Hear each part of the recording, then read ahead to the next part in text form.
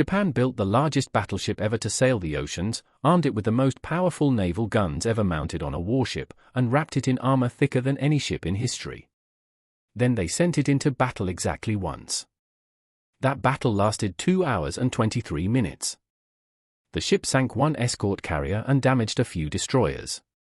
For this fleeting moment of combat, Japan had spent the equivalent resources of building 3 aircraft carriers and tied up shipyard capacity for 4 years. Before we go deeper into how this decision changed the Pacific War forever, make sure to subscribe for more history that actually happened. On November 4, 1937, at precisely 9 a.m. under a cloudy autumn sky, workers at the Kure Naval Arsenal in Hiroshima Prefecture began laying the keel of a vessel so massive, so secret, that the Japanese government erected a 40-foot rope and bamboo fence around the entire construction slip. The fence wasn't decorative. It was a security perimeter monitored day and night by naval military police. Foreign observers were forbidden within 2 miles of the shipyard under threat of arrest. Workers signed confidentiality agreements under penalty of imprisonment, forbidden from discussing their work even with family members. Naval intelligence officers photographed the harbor daily from surrounding hills, searching for anyone with cameras or binoculars. American and British intelligence knew something large was being built at Kure, but they had no idea of the true scale. Reconnaissance photographs showed the tall fence and the massive construction slip, but estimates of the ship's displacement ranged wildly. Some analysts believed Japan was building a 45,000-ton battleship, the maximum allowed under the recently expired Washington Treaty. Others thought perhaps 50,000 tons. No one imagined 72,000 tons fully loaded. The secrecy wasn't paranoia. What took shape behind those barriers would violate every international naval treaty signed since 1922, and its existence represented Japan's bet that one technological marvel could overcome America's industrial supremacy. The ship was designated Battleship No. 1 in official documents, a bland name that revealed nothing.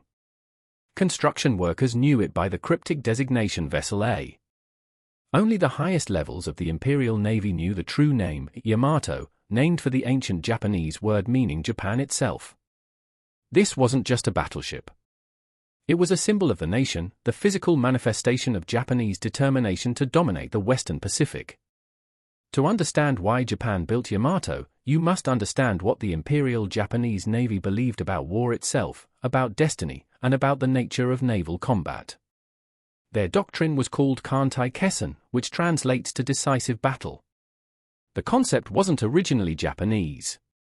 It came from an American naval theorist named Alfred Thayer Mahan, whose 1890 masterwork, The Influence of Sea Power Upon History 1660 to 1783, revolutionized naval thinking worldwide. Mahan argued that naval supremacy came not from commerce raiding, not from good course, not from attrition campaigns, but from a single, overwhelming fleet engagement that destroyed the enemy's ability to resist. Command of the sea, Mahan taught, was won in one decisive clash between battle lines. Whoever controlled the sea could dictate the terms of war. Whoever lost the decisive battle lost everything. The Japanese had proven this doctrine in the most spectacular way possible at Tsushima Strait on May 27 to 28, 1905. Admiral Heihachiro Togo's battle fleet intercepted the Russian Baltic Fleet as it attempted to reach Vladivostok during the Russo-Japanese War. The Russians had sailed halfway around the world, a 7-month voyage of 18,000 miles, to reinforce their Pacific forces. They arrived exhausted, their ships fouled, their crews demoralized. Togo's fleet was fresh, well-trained, and positioned perfectly.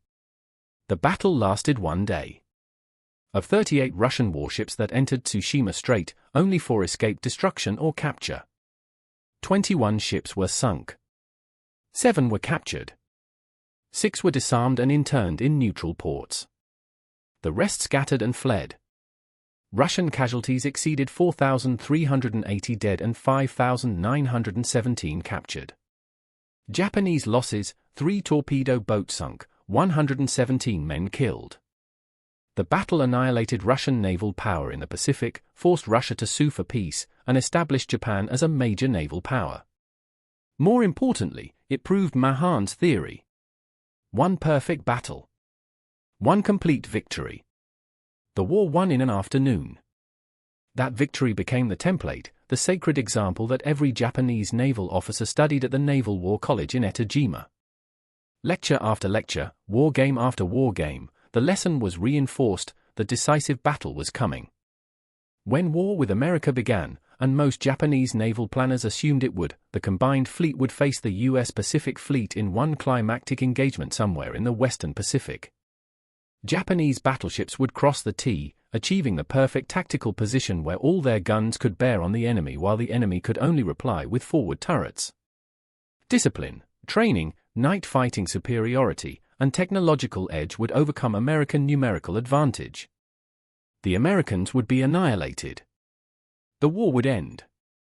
Just like Tsushima. But there was a problem, a fundamental economic reality that no amount of fighting spirit could overcome. Japan could never match American industrial output. The numbers were stark and getting worse. In 1936, the United States produced 17 million tons of steel annually. Japan produced 1 million tons. American shipyards employed 5 times as many workers as Japanese yards. American factories could build warships faster than Japan could design them. The American economy was 10 times larger. If war came, America would simply outbuild Japan, drowning the Imperial Navy under waves of new construction. Every Japanese admiral knew this. They planned anyway, hoping that superior quality and tactical skill would overcome quantitative inferiority. But in their private moments, in the quiet hours after the war games ended, they knew. A long war was a lost war. The Washington Naval Treaty of 1922 had tried to prevent an arms race by limiting battleship tonnage and imposing a ratio. The treaty's numbers were specific and non-negotiable. For every 5 capital ships the United States could build, Britain could build 5, and Japan could build 3. The ratio was 5 to 5 to 3. Japan accepted this ratio, reluctantly, because it prevented an arms race they couldn't win. American battleships were limited to 35,000 tons displacement and 16-inch guns. Japan's battleships faced the same restrictions.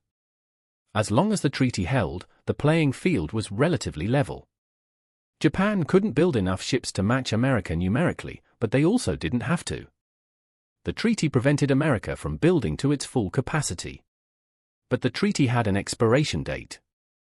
On December 31, 1936, the Washington limits ended. In November 1934, Japan had formally given notice of withdrawal from the treaty system, citing discrimination and unfair limitations. When the treaty expired, Japan would be free to build anything. The question facing the Imperial Navy's design bureaus became, what do you build when you can't build enough? What kind of warship could offset a 3 to 5 numerical disadvantage? The answer, conceived by a team of naval architects led by Captain Keiji Fukuda at Kure Arsenal, was both simple and terrifying. Build battleships so powerful that 3 Japanese ships could defeat 5 American ones. Build vessels that could stand in the line of battle against superior numbers and prevail through sheer technological supremacy. Build ships with guns so large and armor so thick that no enemy battleship could survive an engagement. Build ships that made quantity irrelevant. Build Yamato. The design process began in 1934, even before the Washington Treaty expired, with a series of studies designated A-140. The specifications evolved through multiple iterations, each pushing the boundaries further. A-140A, the initial study, proposed a 64,000-ton ship with 9 18-inch guns. A-140B reduced the main battery to 8 18-inch guns but added more armor. A-140F1 returned to 9 guns and increased armor protection. By 1936, the final specification, A-140F2, had been approved. The parameters were audacious. Standard displacement would be 65,000 tons, exceeding treaty limits by 30,000 tons. Full load displacement would approach 72,000 tons. The hull would stretch 863 feet from bow to stern, longer than 3 football fields placed end to end. The beam would measure 127 feet at its widest point, creating a hull form that was broad and stable, ideal for absorbing punishment and maintaining a steady gun platform. 9 18.1-inch guns, the largest naval rifles ever manufactured for warship use, would form the main battery, arranged in 3 triple turrets, 2 forward and 1 aft. Each gun barrel was designated 46 cm, 18.1 inches, Type 94. The true caliber was kept secret. Japanese planners told even their own mid-level officers that the guns were 16-inch to maintain security. Each barrel weighed 147.3 tons and measured 69.3 feet in length, or 45 calibers. The barrels were built using a wire-wound construction method where inner tubes were reinforced with tightly wound steel wire and then enclosed in an outer jacket. This construction method allowed the barrels to withstand the enormous pressures generated during firing while remaining relatively lightweight compared to solid forged barrels. The armor belt protecting the ship's machinery spaces and magazines would be 16.1 inches thick, made from a specially formulated steel designated VH, for Vickers hardened. This was a face-hardened armor, meaning the outer surface was extremely hard to shatter incoming shells while the inner surface remained more ductile to absorb impact energy without spalling.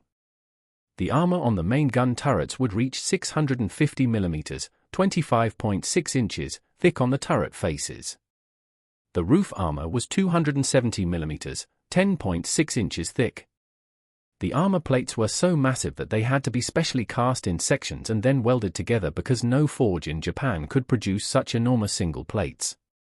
The main armor deck, positioned below the waterline to protect against plunging shell fire, consisted of 2 layers, an upper deck 35 to 50 mm thick to detonate shells and a lower deck 200 mm thick to stop penetration.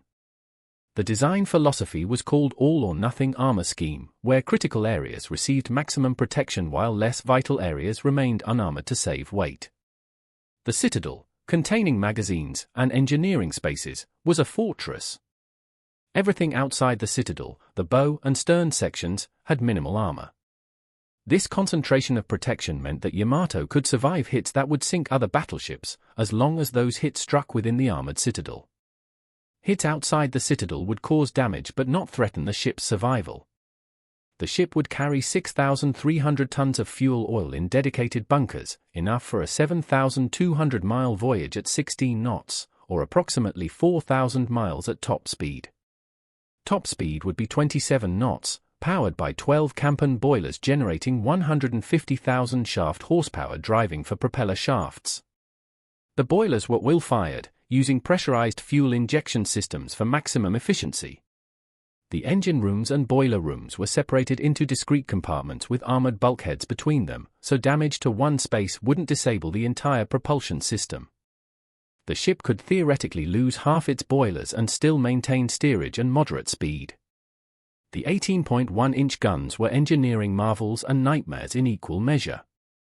Each Type 94 naval gun could fire a 3,219-pound armor-piercing shell to a maximum range of 45,960 yards, 26.1 miles, at an elevation of 45 degrees.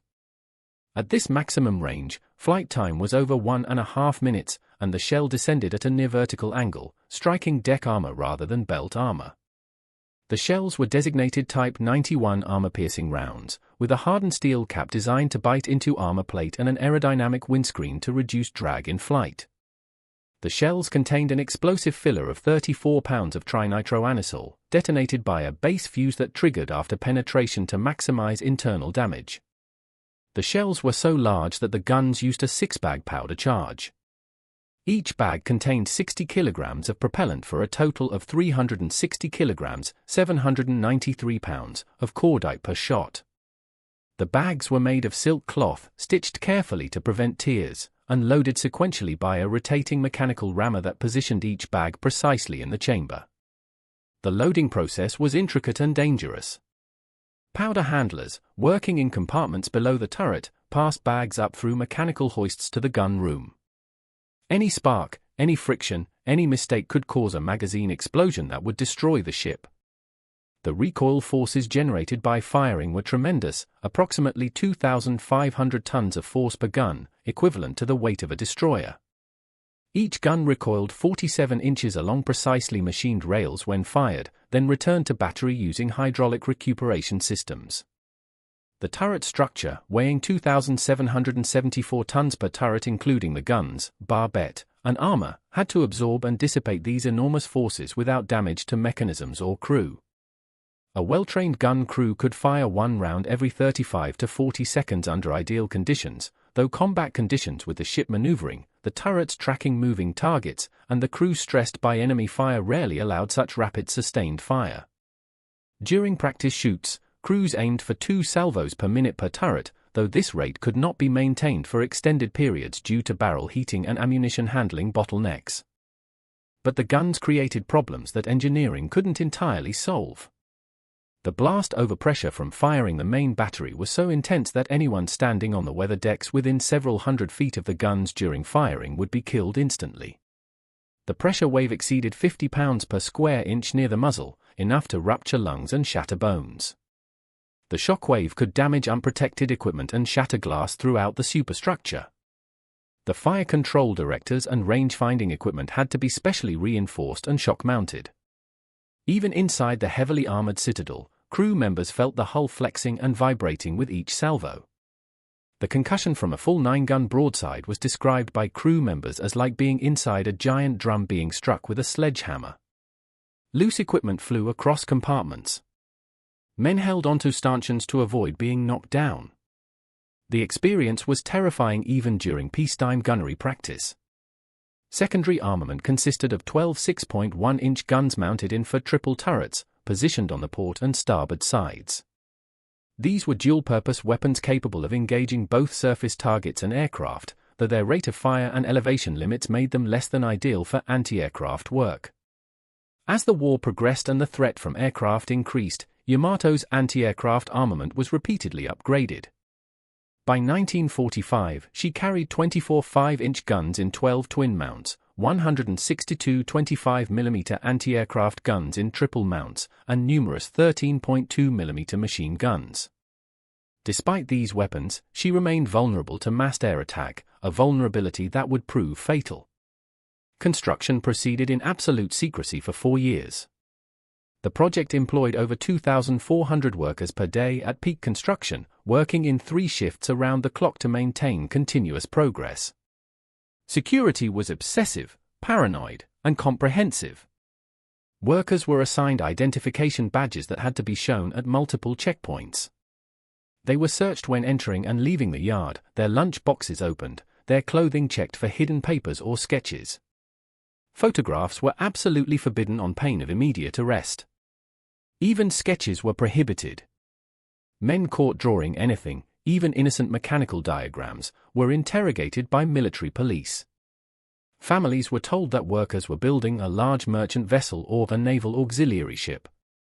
The rope and bamboo fence around the construction slip was maintained throughout the build, repaired when typhoons damaged it, heightened as the hull grew taller. Inside the fence, a city of scaffolding surrounded the growing hull. Steel plate by steel plate, welded with techniques that were cutting edge for the era, frame by frame constructed from rolled steel sections, the hull took shape. The keel alone required 750 tons of specially selected steel, laid in sections and riveted together with such precision that the final alignment error across 863 feet was less than half an inch. The main belt armor, installed in sections each weighing dozens of tons, required specially manufactured plates that pushed Japanese steel mills to their absolute limits of size and quality. The VH armor process involved complex heat treatment cycles where plates were heated to specific temperatures, quenched in oil, then tempered to achieve the perfect balance of hardness and toughness.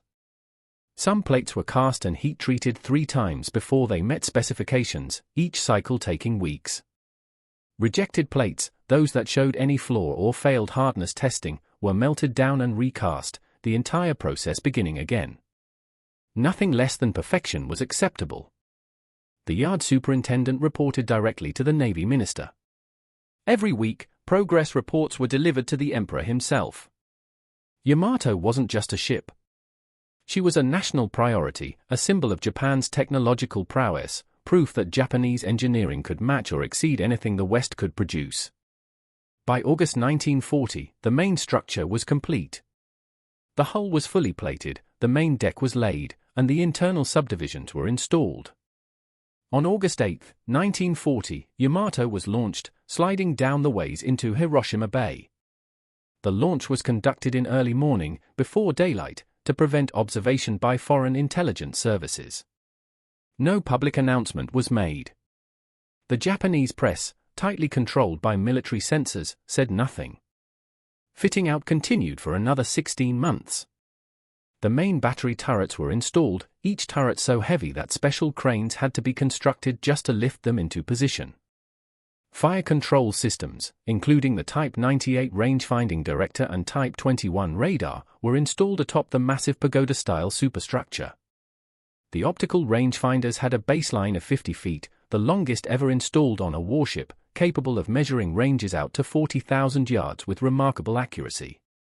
Secondary batteries, anti-aircraft guns, crew accommodations, galleys, workshops, and thousands of other systems were fitted into the vast interior spaces. On December 16, 1941, 9 days after the Pearl Harbor attack, Yamato was commissioned into the combined fleet in a ceremony attended by Admiral Isoroku Yamamoto himself. The timing seemed perfect. War had begun. The doctrine of decisive battle would finally be tested. The Americans had lost most of their Pacific Fleet battleships at Pearl Harbor. When they rebuilt and returned to contest Japanese control of the Western Pacific, Yamato would be waiting. The decisive battle would come. Yamato would lead the battle line. Victory would follow. But Yamato's war began with an immediate and strange contradiction. Admiral Yamamoto, commander of the combined fleet, made Yamato his flagship in February 1942. And then he kept her in port. Yamato spent 1942, the year of Japan's greatest naval victories, anchored at Truk Lagoon or Hashirajima anchorage, training and waiting. While Japanese carriers struck Pearl Harbor, conquered the Philippines, swept through the Dutch East Indies, and fought at Coral Sea and Midway, Yamato sat at anchor. The crew drilled and trained. They practiced gun drills. They ran damage control exercises. They maintained the ship to perfection. But they didn't fight. The crew grew restless, then frustrated, then bitter. They nicknamed the ship Hotel Yamato for its comfortable accommodations and lack of combat. Some officers joked that Yamato was the world's most expensive hotel. The reason for this inactivity was partly strategic, partly psychological, and partly a matter of cold logistical reality. Yamamoto knew that losing Yamato before the decisive battle would be catastrophic for morale. The ship represented an enormous investment of resources and national pride. She was the pride of the fleet, the symbol of Japanese naval supremacy, the proof that Japan could build weapons no other nation could match. Her sinking would be a propaganda disaster that could shake public confidence in the war effort itself. She had to be preserved for the climactic fleet engagement when the American battle line finally appeared, when battleships would face battleships in the kind of gunfire duel that justified her existence. Moreover, Yamato consumed enormous amounts of fuel oil, quantities that were staggering even by battleship standards. Her 12 boilers burned approximately 1.5 tons of fuel oil per hour at cruising speed. At flank speed, consumption doubled. Each time she sortied, even for a few days, she burned thousands of tons of precious fuel. Japan's strategic oil reserves were critically limited. The Dutch East Indies produced oil, but transporting it to Japan required tankers that were increasingly vulnerable to American submarines.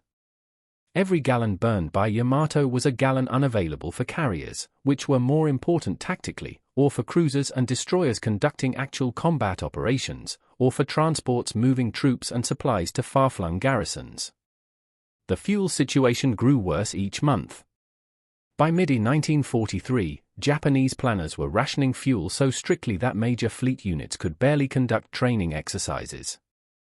So Yamato waited, swinging at anchor at Truk or Hashirajima, her crew drilling and maintaining equipment but not fighting, burning minimal fuel, preserving herself for a battle that kept not happening. And waited. And waited. Months became a year. A year became 2 years. The war's character changed. Carriers became dominant. Guadalcanal was fought and lost. The Central Pacific was invaded. Still Yamato waited, her guns immaculate, her armor unblemished, her purpose unfulfilled. But the climactic engagement never came. At Midway on June 4–7, 1942, Yamato brought Yamato as part of the main body, positioned several hundred miles behind the carrier force. The plan assumed that American battleships would sortie from Pearl Harbor to defend Midway Island, allowing Yamato to engage them in surface combat while Japanese carriers struck the defending American carriers. Instead, American carriers, Enterprise, Hornet, and Yorktown, struck the Japanese carrier force first, sinking Akagi, Kaga, Soryu, and Hiryu while never coming close to gun range of Yamato. The battleship fired not a single shot. The pattern of war had already changed, radically and irreversibly. Carriers, not battleships, decided naval battles. Aircraft, not 18.1-inch shells, were the decisive weapon. The decisive battle was happening, but it was being fought by carrier aircraft at 200 miles range, not by battleships at 20 miles. Yamato was the world's most powerful ship, designed perfectly for a type of battle that would never happen. For 2 more years, Yamato remained largely inactive. She transported troops to Truk in February 1943. She escorted convoys. She sortied occasionally when intelligence suggested American battleships might be nearby, but the Americans never obliged. She trained endlessly. Her sister ship Musasha joined the fleet in August 1942, commissioned into a war that had already moved beyond her. A third Yamato-class ship, Shinano, laid down in May 1940, was converted to an aircraft carrier after Midway revealed Japan's desperate need for flight decks. But carriers couldn't restore what Japan had lost. At Midway, Japan had lost not just for carriers but most of her experienced carrier pilots, the men who had trained for years to achieve the skill level necessary for carrier operations. Replacing the ships took months. Replacing the pilots took years Japan didn't have. By October 1944, Japan was losing the war on every front. The Marianas had fallen. Saipan, Tinian, and Guam were now American bases, bringing B-29 bombers within range of Japan's home islands. The Philippines, keystone of Japan's southern defense perimeter, was under direct invasion threat. American forces had landed on Leyte Island on October 20, advancing inland against determined resistance. If the Philippines fell, Japan would be cut off from the oil fields of the Dutch East Indies, the rubber plantations of Malaysia, the rice fields of Indochina. The empire would be strangled. The war would be lost.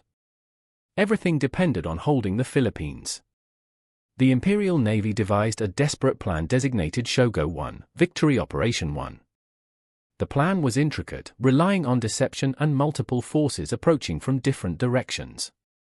A northern force built around Japan's remaining carriers would act as bait, luring Admiral William Halsey's Third Fleet away from the landing beaches. The carriers had few aircraft and inexperienced pilots, but they didn't need to be effective. They just needed to be visible. While Halsey chased the northern force, 2 surface forces would converge on Leyte Gulf from the southwest and southeast, crushing the invasion fleet between them.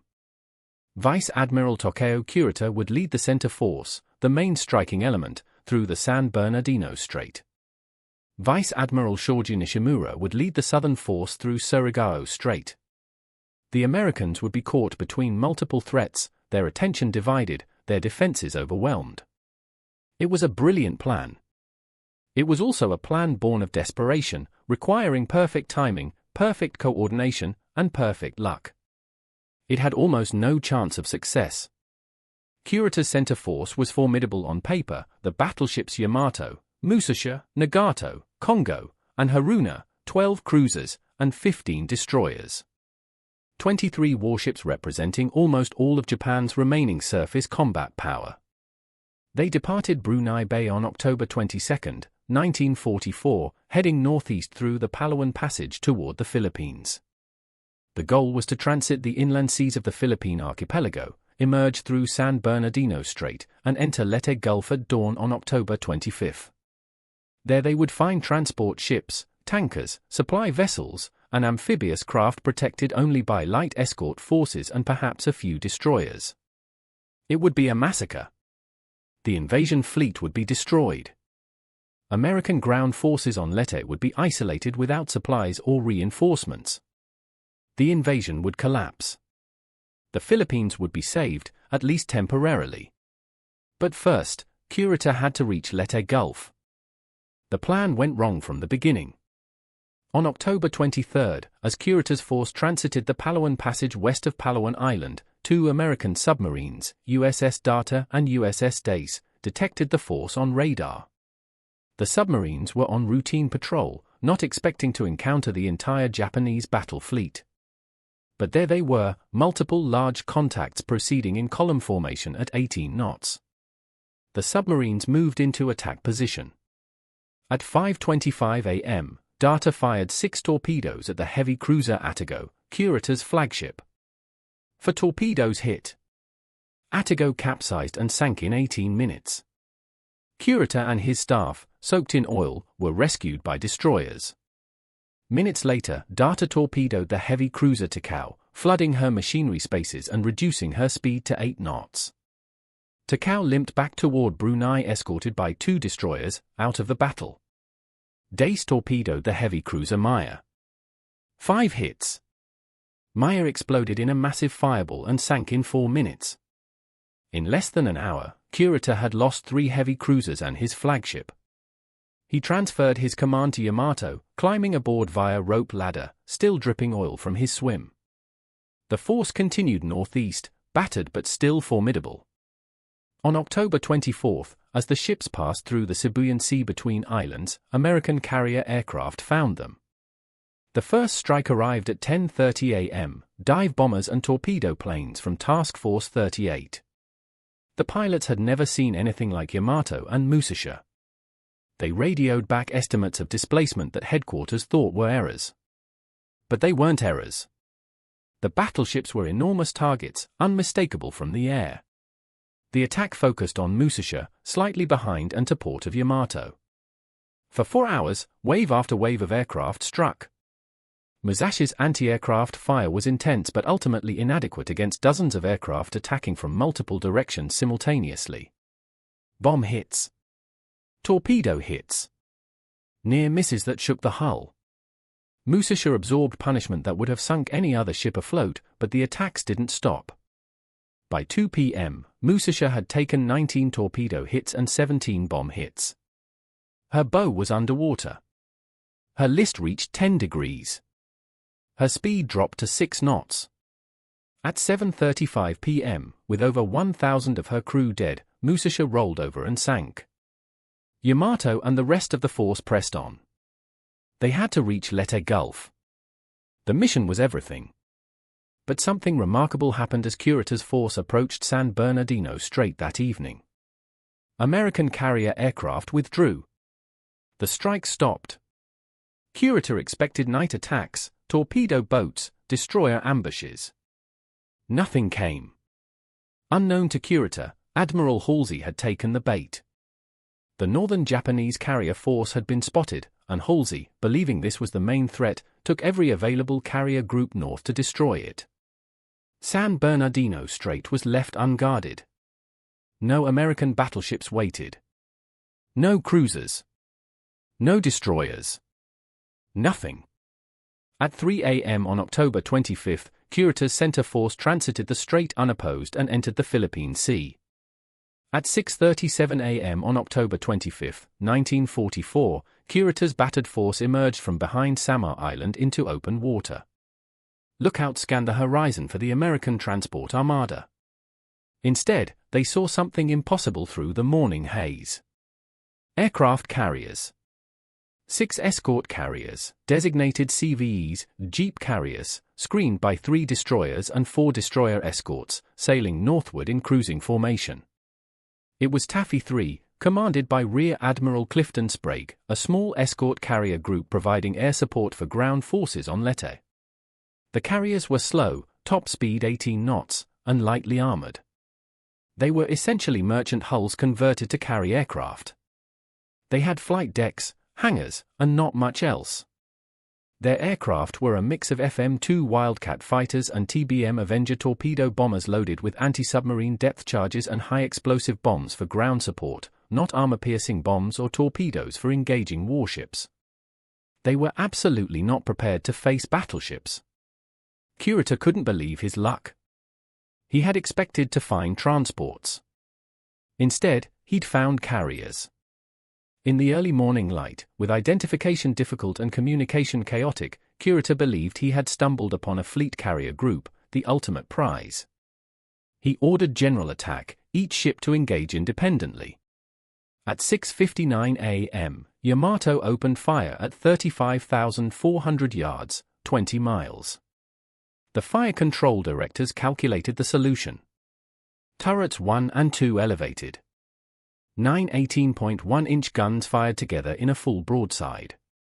The sound was indescribable, a physical shockwave that rolled across the ocean. Massive columns of water, some dyed red and yellow by marker dyes in the shells to help spotters identify which ship was firing, erupted around the fleeing American ships. The columns rose 200 feet into the air. Sprague's carriers turned south and ran, making smoke from their stacks and laying chemical smoke from generators to hide themselves. The battle off Samar had begun. For Yamato, this was it. The moment she had been built for. The decisive battle. 18.1-inch guns against carriers. The surface engagement every Japanese naval officer had trained for, studied, dreamed about. Yamato's main battery could reach out to 25 miles. The American carrier's 5-inch guns could barely reach 7 miles, and they were designed for anti-aircraft work, not surface combat. This should have been a massacre. But war rarely goes according to plan. Sprague's response was immediate and desperate. He ordered his carriers to launch every available aircraft, armed or not. He turned his escort screen, 3 destroyers and 4 destroyer escorts, loose for independent action. And those small ships, commanded by officers who knew they were sailing to their deaths, charged directly at Kurita's battleships and cruisers. USS Johnston, a Fletcher-class destroyer displacing 2,100 tons, turned toward Yamato, a battleship displacing 72,000 tons. The mass ratio was 34-1. Johnston fired torpedoes at 9,000 yards, then closed to 7,000 yards and engaged with her 5-inch guns. The destroyer wasn't trying to sink Yamato. She was trying to disrupt her fire control, force evasive maneuvers, draw fire away from the carriers. And it worked. Japanese heavy cruisers turned to engage Johnston. Yamato maneuvered to avoid the torpedo tracks. The perfect gunnery solution was lost. USS Hull charged the battleships next, firing torpedoes and shells, hitting Yamato at least twice with 5-inch rounds that bounced off the armor without effect but forced the battleship to maneuver. USS Samuel B. Roberts, a destroyer escort with 2 5-inch guns and 3 torpedo tubes, attacked heavy cruisers and engaged in a point-blank firefight that ended with Roberts sinking after taking a direct hit to her engine room. The small American ships were being destroyed, but they were buying time. Every minute Japanese battleships spent dodging torpedoes and engaging destroyers was a minute the carriers could run. Aircraft from the carriers attacked whatever targets came into range. Fighters made strafing runs on Japanese ships, their machine guns ineffective against armor but dangerous to exposed personnel. Torpedo bombers attacked without torpedoes, dropping depth charges that exploded near Japanese ships without causing serious damage. Some aircraft made dry runs, simulating attacks without weapons, just to distract Japanese gunners. The battle became chaos. Rain squalls reduced visibility. Smoke from burning ships and chemical smoke screens created patches of zero visibility. Japanese ships maneuvered independently, some closing too fast and overshooting the formation, others falling behind. Communication broke down. Radio discipline collapsed. Ships fired at targets they could barely see. At 7:54 a.m., Yamato engaged the destroyer USS Hull at close range. Hull fired her remaining torpedoes, none of which hit, then turned away making smoke. Yamato fired her secondary battery, the 6.1-inch guns, and scored multiple hits. Hull slowed, listing, fire spreading through her superstructure. She sank at 8:55 a.m. Johnston, already heavily damaged from earlier engagements with cruisers, came under fire from Yamato's main battery at 9:10 a.m. An 18.1-inch shell, weighing more than a car, struck Johnston amidships. The destroyer broke in half and sank in minutes. These were victories, but they were tactical, local successes against insignificant targets. The carriers were escaping. At 8:10 a.m., Yamato's main battery found the escort carrier USS Gambier Bay. The carrier had been hit repeatedly by 8-inch shells from the heavy cruiser Chikuma and was already badly damaged, listing and slowing. Yamato's fire control directors calculated the solution for the crippled ship. The range was 21,700 yards, just over 12 miles.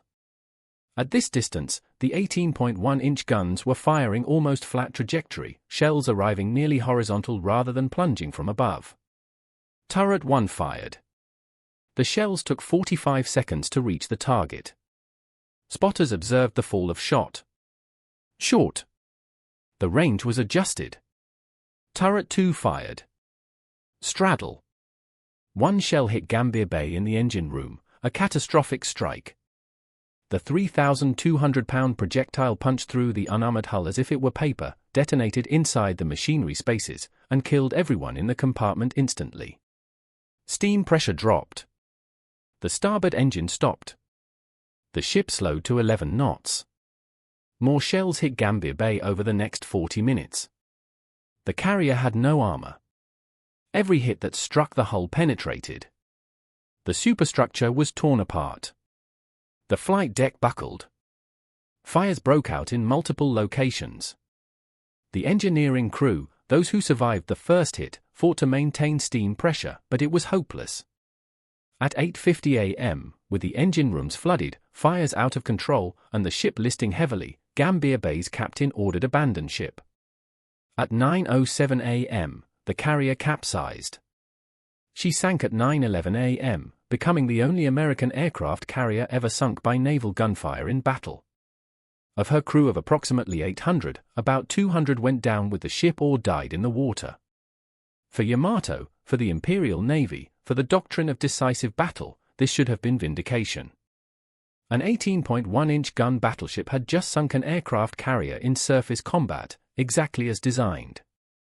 But at 9:11 a.m., precisely when Gambier Bay slipped beneath the waves, Vice Admiral Kurita made a decision that remains controversial 8 decades later.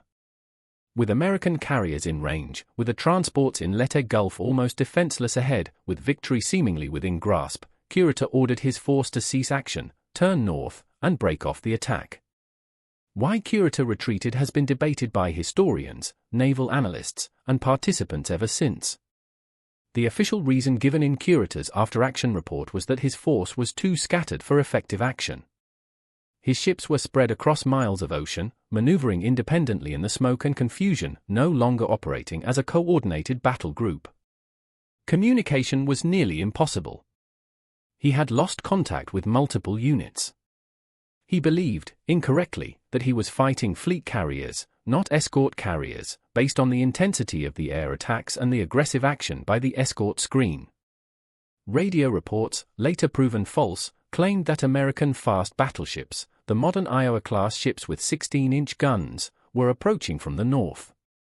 Kurita believed he was sailing into a trap, that he would be caught between multiple American forces with his own ship scattered and disorganized. There may have been other factors. Kurita had been in continuous combat or under air attack for 3 days. He had survived the sinking of his flagship, been rescued from oil-covered waters, transferred to a new flagship without his staff or proper communication equipment. He hadn't slept more than a few hours in 3 days.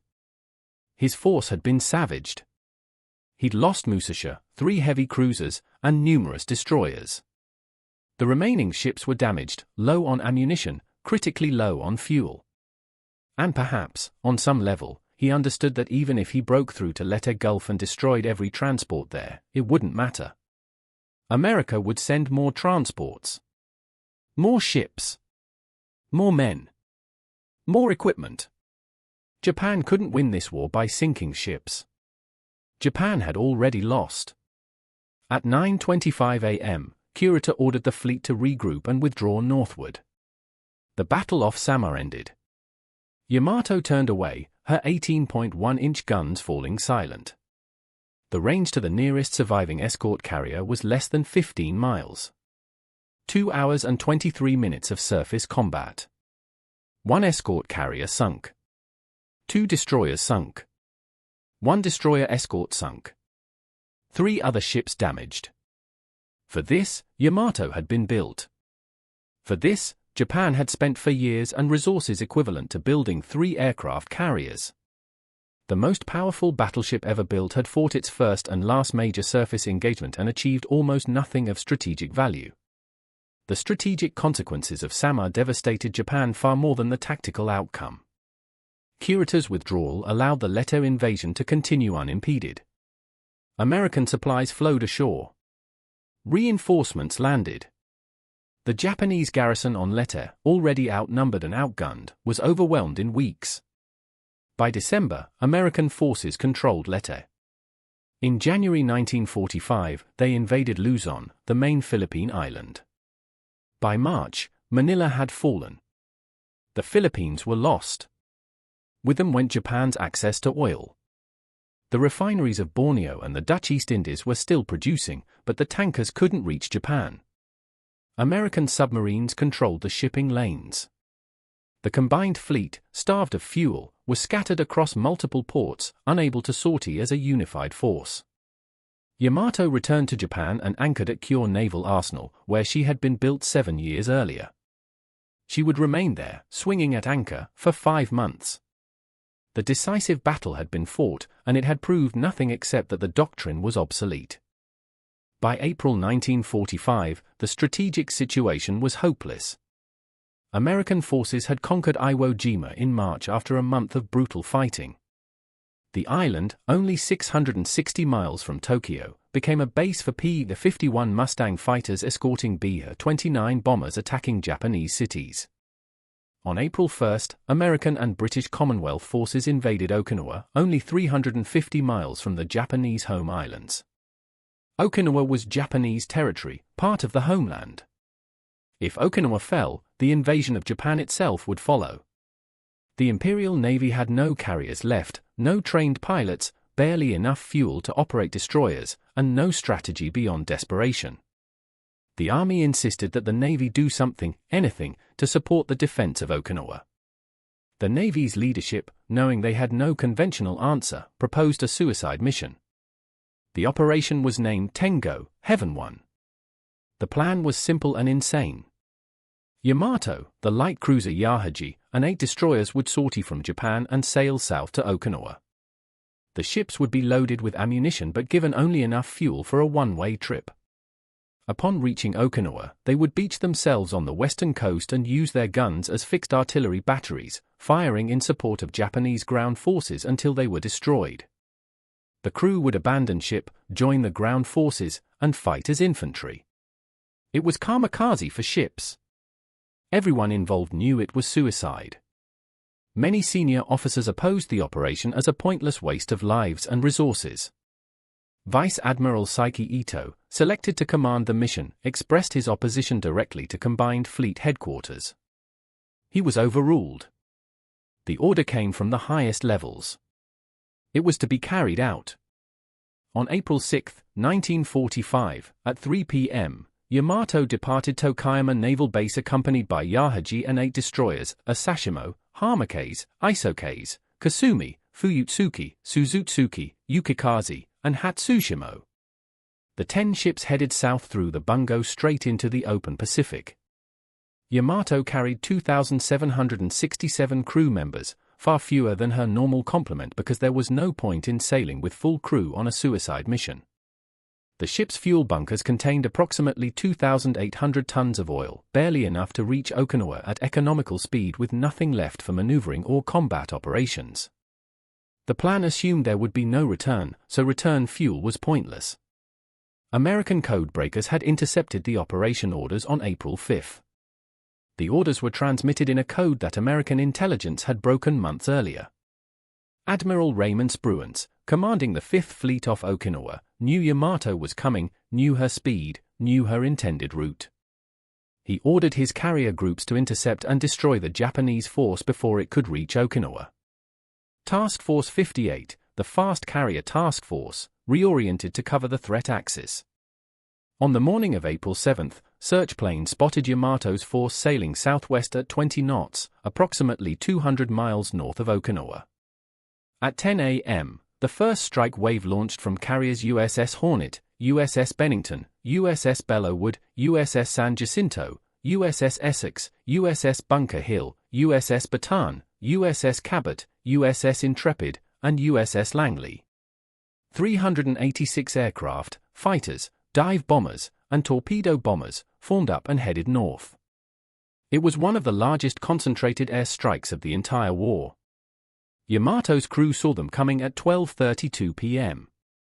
The sky filled with aircraft. There was no surprise. Radar had detected the strike wave at 50 miles. The anti-aircraft crews were at battle stations.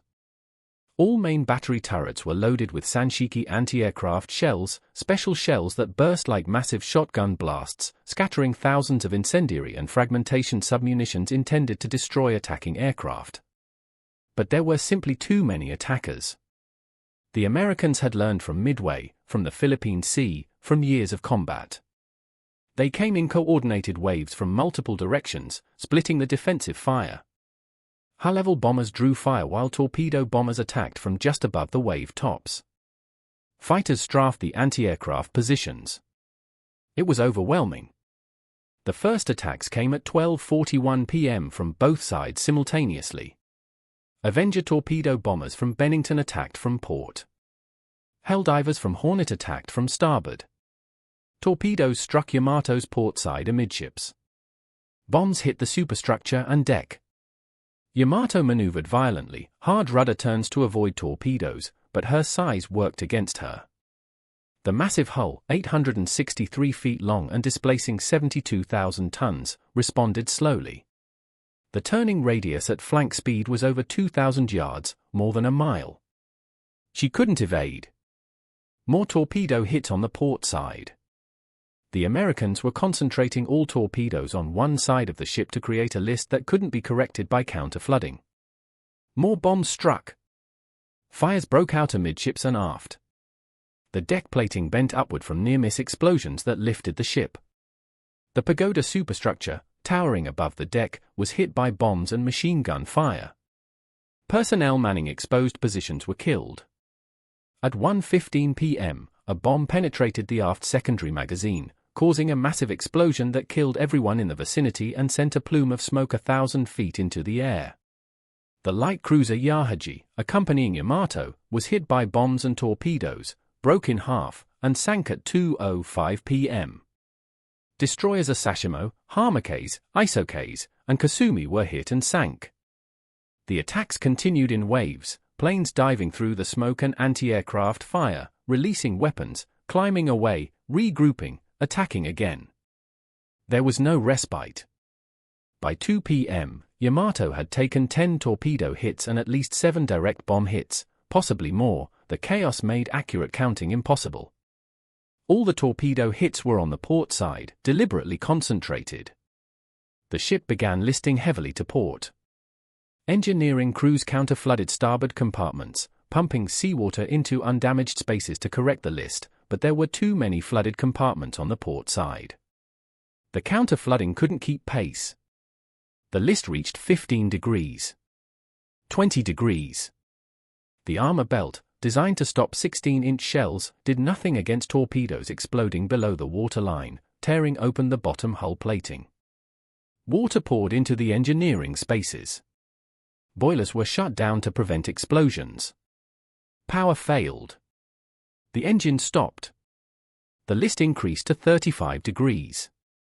At 2:20 p.m., Admiral Ito, standing on Yamato's bridge, ordered abandon ship, though with the list so severe, abandoning was nearly impossible. Men on the high starboard side had to climb over the side and slide down the barnacle-encrusted hull into the water, cutting themselves in the process. Men on the port side were underwater. The list reached 45 degrees. Yamato was rolling over. At 2:23 p.m., seawater reached the forward main magazine, where cordite powder charges for the 18.1-inch guns were stored. The magazine detonated in an explosion so massive it was seen and felt 100 miles away. The fireball rose to 20,000 feet. The shockwave rocked American aircraft flying overhead. Yamato broke apart, the bow and stern sections separating, both sections sinking immediately. She capsized completely and sank in 1,120 feet of water, approximately 50 miles southwest of Kyushu. Of her crew of 2,767, only 276 survived. Admiral Ito went down with the ship. Captain Kosaku Aruga, Yamato's commanding officer, was last seen tied to the ship's compass pedestal, choosing to die with his ship. Over 2,400 men died in minutes. 10 American aircraft were lost in the attacks. The exchange ratio was catastrophic for Japan. The most powerful battleship ever built, designed to survive surface combat against enemy battleships, was defenseless against massed air attack.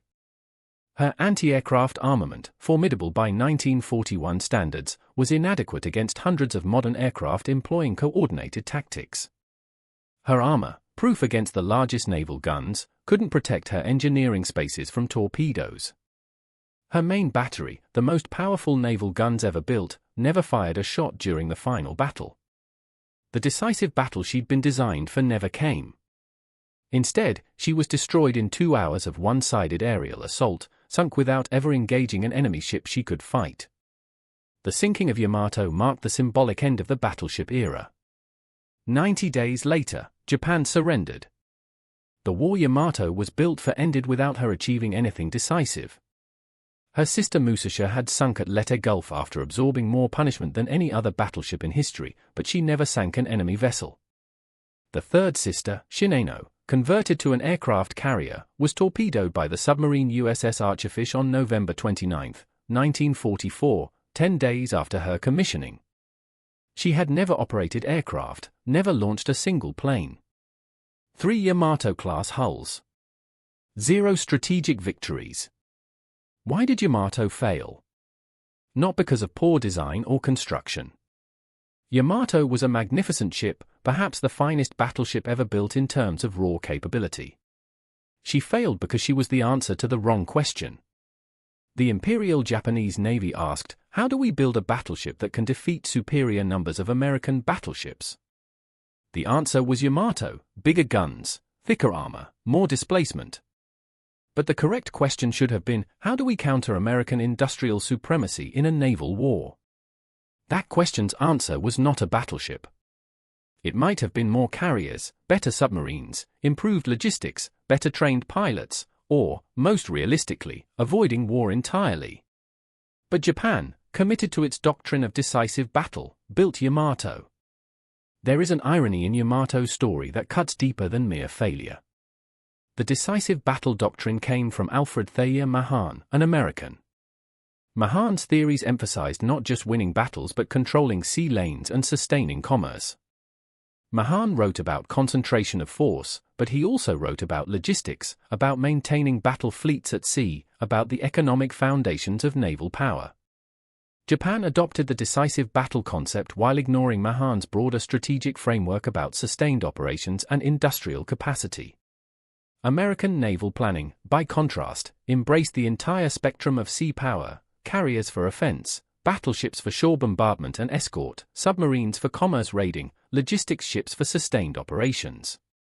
When the decisive battle finally came at the Philippine Sea and Leyte Gulf, America won not through superior ships but through superior doctrine, integration of air and naval power, and overwhelming material strength.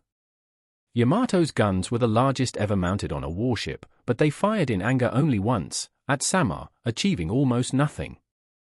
Her armor was the thickest ever installed, yet it couldn't save her.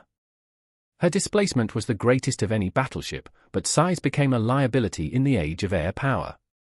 She was a technological triumph that accomplished nothing. Every technical specification was exceeded. Every design goal was met. And none of it mattered because the war had moved on.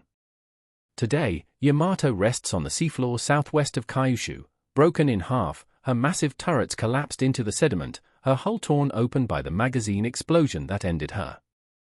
The wreck lies at a depth that makes it barely accessible even to modern submersibles. Divers who have visited describe a scene of devastation: massive hull plates scattered across the seabed, the pagoda superstructure collapsed, the turrets half buried in mud, the bow section separated from the stern by hundreds of feet. Fish swim through compartments where men once worked. Coral grows on steel that was once polished. The site is considered a war grave. The Japanese government asks that it be left undisturbed. In Kure, where Yamato was built, the Yamato Museum displays a 1/10 scale model of the ship, showing her as she appeared in 1945 before her final voyage. The model is 87 feet long, precisely detailed, showing every gun, every antenna, every boat. Visitors to the museum stand before it and marvel at the engineering. They see the massive guns, the thick armor, the graceful lines of the hull. What they're looking at is history's most perfect obsolete weapon, a ship built for a war that never happened, designed for battles that never came, embodying a doctrine that proved fatally flawed. The lesson of Yamato isn't that battleships were useless. American battleships provided crucial shore bombardment at Iwo Jima and Okinawa, destroying fortifications that would have cost thousands of American lives to overcome with infantry alone. Battleships escorted carriers, providing anti-aircraft protection and surface defense. Iowa-class battleships served for decades after the war, modernized with guided missiles and electronics. Battleships weren't obsolete. Yamato-style battleships, designed exclusively for the decisive surface battle, were obsolete. The lesson is that doctrine matters more than technology. A perfect weapon designed for the wrong kind of battle is worse than useless. It's a waste of resources that could have been used for weapons that matter. Japan spent the resources equivalent to building 3 modern aircraft carriers to construct Yamato and Musashi. At Midway, Japan lost for carriers and the war's initiative. If those resources had been invested in carriers instead, would Midway have ended differently? Probably not, because American industrial capacity would still have overwhelmed Japan. But it might have mattered. Yamato didn't. The ship fought one real surface action, lasting 2 hours, and then sailed to her death in a suicide mission everyone knew was futile. For years of construction. 7 years of service. 2 hours of meaningful combat. That is Yamato's story. The battle off Samar showed what Yamato could do under ideal circumstances. For 2 hours, she fought the kind of action she was designed for: surface engagement against weaker enemies at medium to long range. She sank 1 escort carrier, damaged others, and demonstrated the awesome power of her 18.1-inch guns. But that 2-hour battle, fought on October 25, 1944, was the totality of her combat contribution against enemy ships. Everything else, 4 years of construction, 3 years of training and waiting, thousands of tons of steel and fuel, the lives of over 3,000 crew, amounted to nothing strategically. Operation Tengo was a suicide mission because there was nothing else left to do.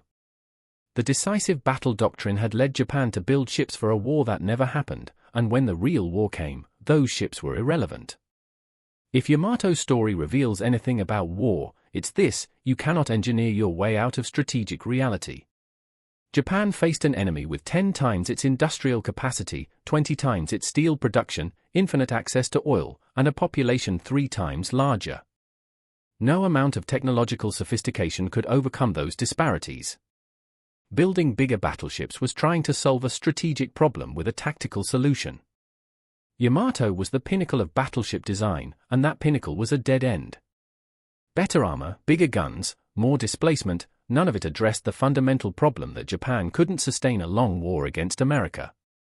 Years after the war, Mitsuru Yoshida, a junior officer who survived Yamato's sinking, wrote a memoir titled Requiem for Battleship Yamato. In it, he described the moment the forward magazine exploded and the ship broke apart. He wrote that Yamato's death was like the breaking of a nation's heart. That metaphor is precise and devastating. Yamato represented Japan's belief that spirit, technology, and will could overcome material disadvantage. She embodied the idea that superior quality could defeat superior quantity. When she sank, torn apart by American aircraft, that belief died with her. The war continued for 4 more months, but Japan's defeat had been inevitable long before Yamato slipped beneath the waves. The battleship's sinking was merely the physical manifestation of a strategic defeat that had occurred years earlier, perhaps as far back as December 7, 1941, when Japan chose to start a war it couldn't win. In the end, Yamato's first battle was her last, not because of any flaw in her design, not because her crew lacked courage, not because her officers lacked skill. Her first battle was her last because by the time she finally fought the kind of engagement she was built for, the war had moved beyond her. The Battle off Samar, fought on October 25, 1944, was the last major surface engagement in naval history between opposing capital ships trying to sink each other with gunfire. Battleships would never again fight each other in the kind of fleet actions that decided wars in previous centuries. The era had ended. Yamato was born into a world that no longer existed, fought in a war she couldn't win, and died in a battle she couldn't avoid. She was the largest, most powerful, most heavily armed and armored battleship ever built. Her guns could hurl shells 25 miles. Her armor could stop any shell fired by any other battleship. Her displacement exceeded 70,000 tons. And none of it mattered. None of it changed the outcome. None of it saved her. Yamato's legacy extends beyond her physical destruction. In the decades since the war, she has become something larger than the historical reality, a symbol of technological overreach, of misplaced priorities, of the dangers of letting doctrine override reality. Naval historians use Yamato as a case study in how not to design weapon systems. She represents the fallacy of the superweapon, the belief that one perfect platform can overcome systemic disadvantages. Modern military planning explicitly warns against Yamato thinking, investing disproportionate resources in exquisite single platforms instead of distributed, flexible forces. The American military's cancellation of programs like the Zumwalt-class destroyer and various superweapon projects often cite Yamato as the cautionary example of what happens when perfection becomes the enemy of effectiveness. Yet there is something compelling, something almost tragic about Yamato that captures imagination in ways that more successful weapons don't. Perhaps it's the gap between potential and achievement, between what she was supposed to be and what she became. Perhaps it's the sheer scale of the engineering achievement, building the largest, most powerful battleship ever despite knowing, on some level, that the era of battleships was ending. Or perhaps it's the human element, the 2,498 men who died when she sank, most of them in their late teens or early 20s, sailing on a mission everyone knew was suicide, dying for a ship that died for a strategy that died for a war that was already lost. In Japan, Yamato occupies a complex place in cultural memory. She represents both pride and tragedy, technological achievement and strategic failure. The city of Kyoto, where she was built, has embraced Yamato as historical heritage. The Yamato Museum, opened in 2005 on the 60th anniversary of the war's end, presents her story with careful balance, acknowledging both the remarkable engineering and the ultimate futility. Japanese schoolchildren visit the museum to learn about their country's naval history. Foreign tourists come to see the massive scale model and understand what the Pacific War meant in material terms. The museum doesn't glorify Yamato, but it doesn't apologize for her either. She was what she was, a magnificent failure, a perfect example of how nations can build exactly the wrong thing with tremendous skill. The comparison with American battleship construction is instructive and revealing. The United States built 10 Iowa-class battleships during the war, though only 4 were completed as battleships while the others were cancelled or converted. The Iowa-class were smaller than Yamato, displacing 45,000 tons compared to Yamato's 72,000. They carried 9 16-inch guns compared to Yamato's 9 18.1-inch guns. But the Iowa-class ships were faster, at 33 knots compared to Yamato's 27 knots, making them ideal for escort duty with fast carrier task forces. They were built in 18 to 24 months compared to Yamato's for years. And critically, America built them as part of a balanced fleet that included 24 Essex-class fleet carriers, dozens of light carriers and escort carriers, hundreds of destroyers, and thousands of support vessels. American doctrine understood that battleships were support platforms, not war winners. Yamato represented the opposite philosophy: if we make our battleships good enough, they'll win the war. They didn't. They couldn't. The question that haunts Yamato's history is, what if those resources had been used differently? The steel, the labor, the engineering talent, the shipyard capacity consumed by Yamato and Musashi could have built 6 to 8 fleet carriers, or 12 light carriers, or 40 destroyers, or hundreds of aircraft. Would those alternative forces have changed the war's outcome? Almost certainly not. American production was so overwhelming that no plausible Japanese force mix could have achieved victory. But they would have been more useful than Yamato. They would have fought more than once. They would have represented rational resource allocation rather than doctrinal obsession. But Japan didn't build carriers instead of Yamato because Japan believed in decisive battle, believed in battleships, believed that superior technology could overcome industrial disadvantage. They were wrong, and Yamato is the proof. There is one final irony worth noting. The decisive battle that Yamato was built for finally happened, not once but twice, in 1944. At the Philippine Sea in June, American and Japanese carrier forces fought the last great carrier battle of the war, resulting in catastrophic Japanese losses. At Leyte Gulf in October, the Imperial Navy committed everything in a desperate attempt to destroy the invasion fleet. Both battles were decisive. Both confirmed American naval dominance. Neither involved battleship-on-battleship combat of the type Yamato was designed for. Yamato participated in Leyte Gulf but accomplished almost nothing. The decisive battles came, exactly as the doctrine predicted they would, and they proved that the doctrine was obsolete, that aircraft carriers had replaced battleships as the capital ships of naval warfare, that Yamato had been obsolete before she was commissioned. So we return to where we began, to the paradox that makes Yamato's story worth telling. Japan built the world's largest battleship to ensure victory through decisive battle. They built her perfectly, exceeding every specification, creating a vessel more powerful than any other warship afloat. And then she fought once, sank one insignificant escort carrier, and died in a suicide mission that achieved nothing. The decisive battle came, but it was fought with aircraft, not guns. The perfection was irrelevant. The power was wasted. The greatest battleship ever built was a failure before she fired her first shot. That is Yamato's story, and that is her legacy, technological triumph and strategic catastrophe, perfectly joined in 72,000 tons of steel that rests now on the ocean floor, monument to the danger of fighting the last war instead of the next one. If this story gave you a new way to see the Pacific War, like, share, and subscribe, and tell us which moment surprised you most. We'll return next week with another chapter in the war that changed the world.